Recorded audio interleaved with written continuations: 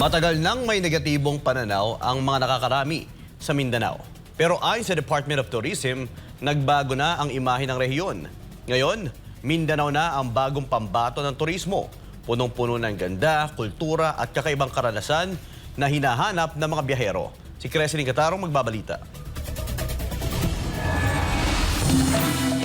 Ang Mindanao, ang pangalawang pinakamalaking isla sa Pilipinas, ay mayaman sa likas na yaman, kultura at tradisyon.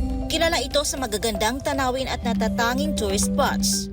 Pero sa loob ng mahabang panahon, nabalot ito ng negatibong imahe dahil sa mga balitang naglalarawan dito bilang isang mapanganib na lugar. Sa nakaraang administrasyon, naging puspusan ang kampanya kontra terorismo at armadong grupo, dahilan para mas lumakas ang turismo sa Mindanao. Sa isang televised briefing, binigyang diin ni Department of Tourism Undersecretary Myra Paz Abubakar na tuluyan ang nagbago ang negatibong perception sa Mindanao. At patunay dito ang pagdagsa ng interes ng mga turista. Especially in Mindanao, as we all know naman, sometimes matagal-tagal na din po na meron pong stigma and misconception of tourists going to Mindanao. But that has changed a lot through the years, and nagbago na po yun, and madami na pong tao that show interest in going to Mindanao.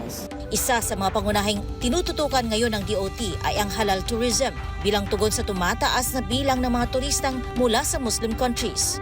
Ayon kay Yusek Abubakar, aktibo ang ahensya sa pakikipagtulungan sa mga hotel, mall operators at iba pang tourism establishments upang maging Muslim-friendly ang kanilang mga pasilidad at serbisyo.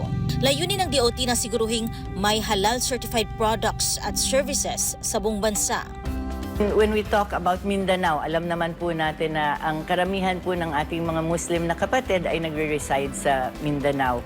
And one of the guidelines lang is for us to be able to provide, for Muslim-friendly po, hindi pa po sa halal, for Muslim-friendly, for us to be able to provide food for our Muslim brothers and sisters. Aside from that is we're able to provide ang prayer rooms nga natin.